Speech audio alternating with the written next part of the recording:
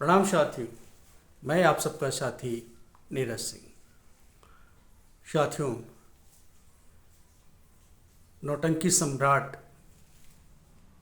नरेंद्र मोदी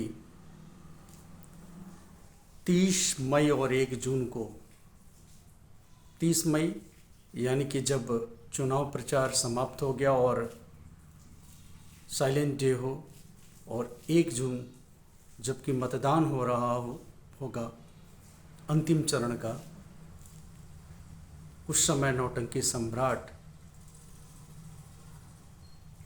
कन्याकुमारी में Vivekananda memorial rock पे ध्यान कर रहे होंगे।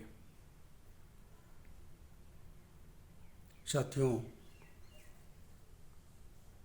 ध्यान तो करना इस देश में बहुत प्राचीन परंपरा रही है ध्यान की। गौतम बुद्ध और उससे भी बहुत पहले से ध्यान की परंपरा भारत में होती आई है।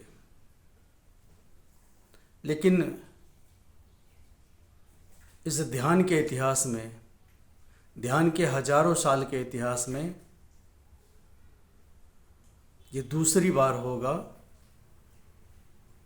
कि जब ध्यान कैमरों के बीच किया जा रहा होगा।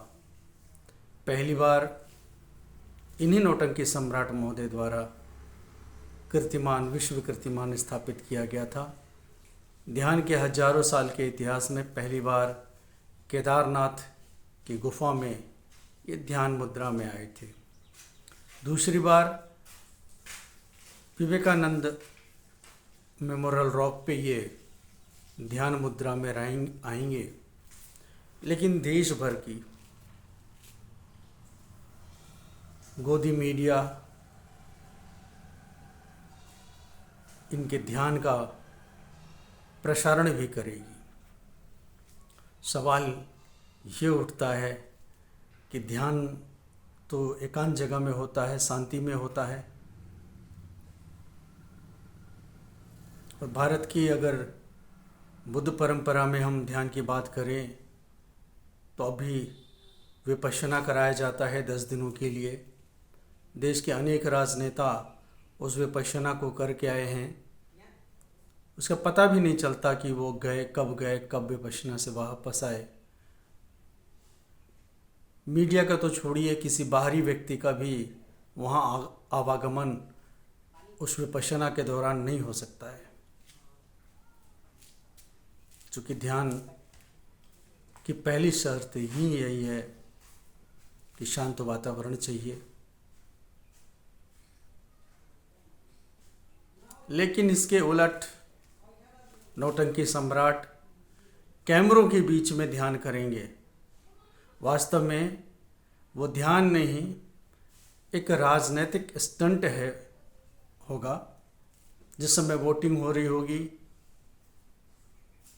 उसके एक दिन पहले से ही उनके ध्यान का ये पाखंड का प्रसारण पूरे देश भर में होगा। इससे निश्चित ही, चाहे जिस भी अंश में हो, मतदाता जरूर प्रभावित होंगे, क्योंकि भारत के मतदाता अभी उतने शिक्षित नहीं हैं कि वो इस बात का अंतर कर पाए। ज़्यादातर अधिकांशतः मतदाता कि वो नौटंकी और वास्तविक ध्यान में अंतर कर पाए, ऐसा संभव नहीं हो पाता है।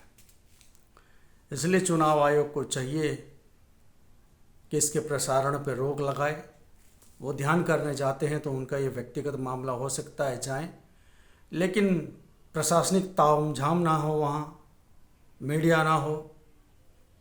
और वहाँ से जो खबरें आ रही हैं साथियों कि कन्याकुमारी में जिन भी होटलों में कई पर्यटक देश भर के कोने में जो से आए हुए हैं, वहाँ पे उन्हें घर वापस भेजा जा रहा है, होटलें खाली कराई जा रही हैं।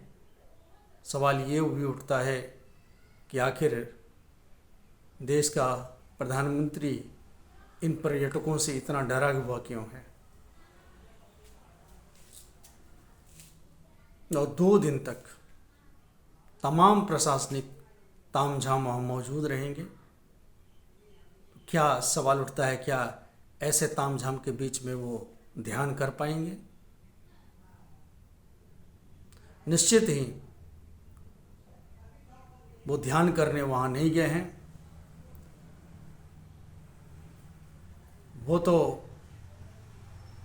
चुनाव प्रचार का ही एक स्टंट मात्र लगता है। यदि वास्तव में उन्हें ध्यान करना था तो विपश्यना जैसे केंद्रों पर जाते और ध्यान करते। और भी बहुत सारे संस्थाएं हो सकती हैं, कोई ज़रूरी नहीं विपश्यना, लेकिन उन जैसे संस्थाओं में करते, बिना कैमरा के साथ, बिना प्रशासनिक तामझाम के साथ, तो समझ में आता कि वास्तव में वो ध्यान करने गए हैं।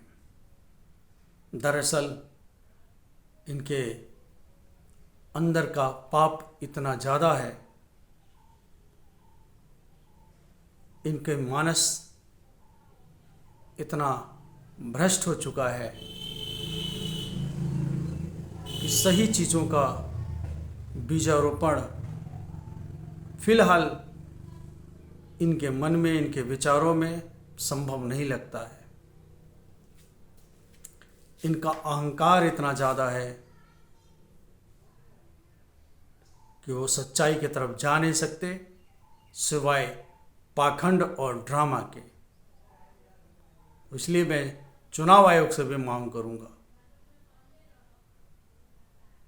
कि ऐसे समय में, जबकि अंतिम चरण का मतदान बाकी हो, इनके ध्यान का प्रचार प्रसार मीडिया के द्वारा ना हो, ऐसी व्यवस्था चुनाव आयोग के द्वारा किया जाना चाहिए। अन्यथा यही माना जाएगा कि चुनाव आयोग नरेंद्र मोदी का अब भी सहयोगी है, यह जानते हुए भी कि नरेंद्र मोदी का विदाई तय है। और एक हारा हुआ ही प्रधानमंत्री, हारा ही हुआ ही योद्धा इस तरह से सारे आदर्श चुनाव संहिता का उल्लंघन करते हुए अभी भी अपने ध्यान के द्वारा, अपने इस नौटंकी के द्वारा प्रचार अभियान पे लगा हुआ है, यही माना जाना चाहिए।